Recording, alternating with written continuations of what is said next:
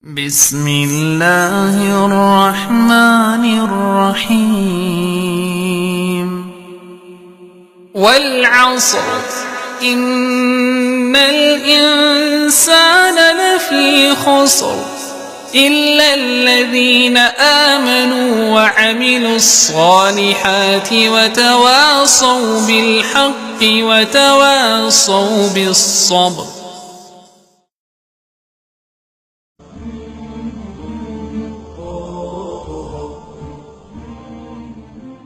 And the imagery that I want to share with you is one that will help you understand the larger concept of Surah Al-Asr. Imagine with me that you are drowning, and you are unconscious. Two things. You're drowning and you're unconscious. Do you have a lot of time? If you're drowning and you're unconscious, do you have a lot of time? No, you don't have a lot of time. Which means your time is running out. And you know in Arabic, what word is used for when time is running out? The word for that is Al-Asr. And Asr literally means time that is running out. It's the last part of the day when the day is running out, is time of Asr prayer. Okay? Asr literally comes from Asir, juice that is squeezed out, time that's being squeezed out of your hands. You know, Asr al-Thawba even it's used. That you take a cloth that is drenched in water, and when you squish it like this, all the water comes out. Asala as a verb is used like that, right? To squeeze it out. So Allah talks about this time. You're drowning, you're unconscious, your time is running out. What's the first thing you need to do to be able to survive if you're in that position? If you hope to survive, what's the first thing you're going to need? What do you think? Wake up.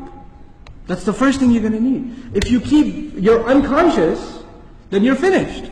The very first condition that has to be, you have to wake up. And even if you were in the most wonderful dream, and in your dream you were enjoying the greatest success, you're driving a Ferrari down, they have these car commercials with the hills and the highways on the side, the water on the other side, right? You're in one of those cars, the top's been dropped off, and you're just cruising along the highway, enjoying life. That's your dream. But when you wake up, what do you realize?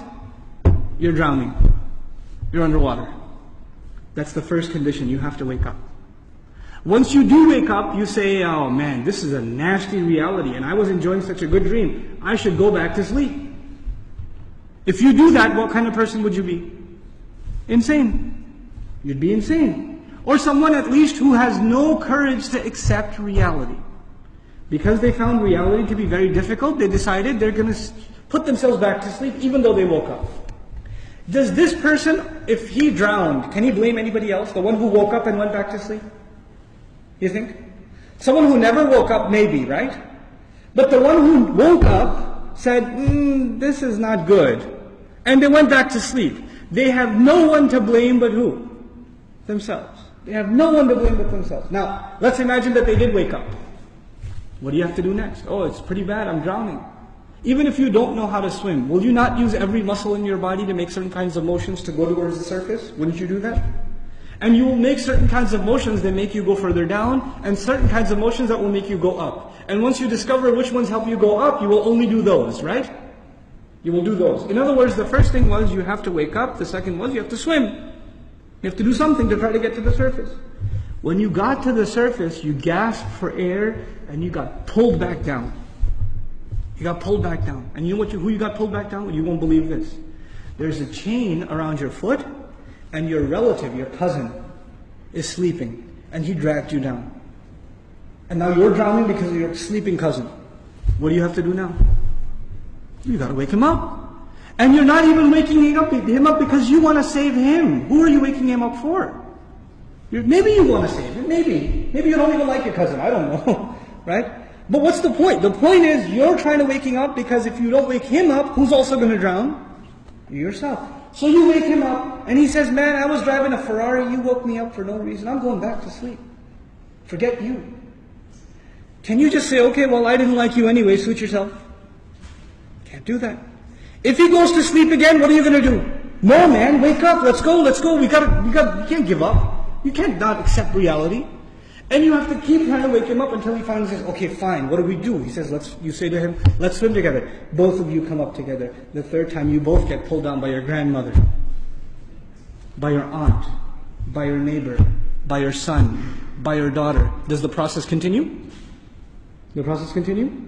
There's a 4-part process to this people surviving. The first was they had to wake up themselves. Then they had to try to swim. Then they had to tell other people that they're tied to, this is the truth. Let's go. And even if they got tired and one of them said, man, I can't do this anymore. We've been doing this now over and over again. I don't know if I can do it anymore. And the other one says, no, we are all going to survive together. You have to do this. Come on, let's go, let's go, let's go. Keep going, keep going. You ever see those kinds of movies where they're trying to escape from some army and one of them gets tired and says, I can't run anymore. What do the others do? Come on, let's go, we can do this, we can do it. And they get him to run anyway, even though he thinks he can't run anymore. They work with each other because their survival depends on each other. They work together desperately. What does Allah say at the end of this surah? First He says, إِنَّ الْإِنسَانَ لَفِي خُسْرٍ. Wal-'asr, first of all, time's running out. Then He says, إِنَّ الْإِنسَانَ لَفِي خُسْرٍ. I'll translate it, human beings are drowned in loss. You see the parallel? Human beings are drowned in loss. What's the exception? إِلَّا الَّذِينَ Those who believed. Believed what? Allah didn't say آمنوا بالله وملائكته وكتبه ورسله واليوم الآخر والقدر خيره وشره من الله تعالى والبعث بعد. Nothing. He didn't mention anything. Even though all of those things are included. According to the siyaq of the surah, the context of the surah, what is the first thing these people have to believe? That they're in loss. That they're drowning. And if they do come to believe that, and they correct their iman, what's necessarily going to happen? They're going to swim and move upwards. How does Allah describe this action? وَعَمِلُوا الصَّالِحَاتِ. They do good things. They do things that help reconcile the situation. By the way, salih is an adjective here, salihat, جمع مؤنث سالم, which literally means that which corrects something. Something was wrong and it corrects it. So they do actions that correct the situation. Literally like the guy trying to swim. But because they were tied to other people, what else did they have to do? وَتَوَاصَوْا بِالْحَقِّ. They had to tell the other the truth. And it's not even أخبروا عن it. They told them about the truth. No. You have to wake him up and let's go, we have to go. No matter, and over again. Tawasi even has takrar in it. It has repetition. Over and over again they said, this is the truth, this is the truth, this is the truth. You know why? Because the people you're trying to save, even if you wake them up temporarily for 20 minutes, 30 minutes during the khutbah, guess what happens when the khutbah is done? They go back to sleep. They start drowning again. So what do you have to do? You have to go and wake them up again. Then they get sleepy again. Then you got to wake them up again. This is tawasi bil haqq. And you might get tired of doing it. You might become impatient. So Allah also adds, وَتَوَاصَوْا بِالصَّبْرِ. You got to keep doing it. Sabr means consistency, constancy, perseverance, patience. You got to remain on point. You got to keep doing this. Because your survival depends on it. In the end, if you do all of these things but you have no patience, and you give up, you drown too.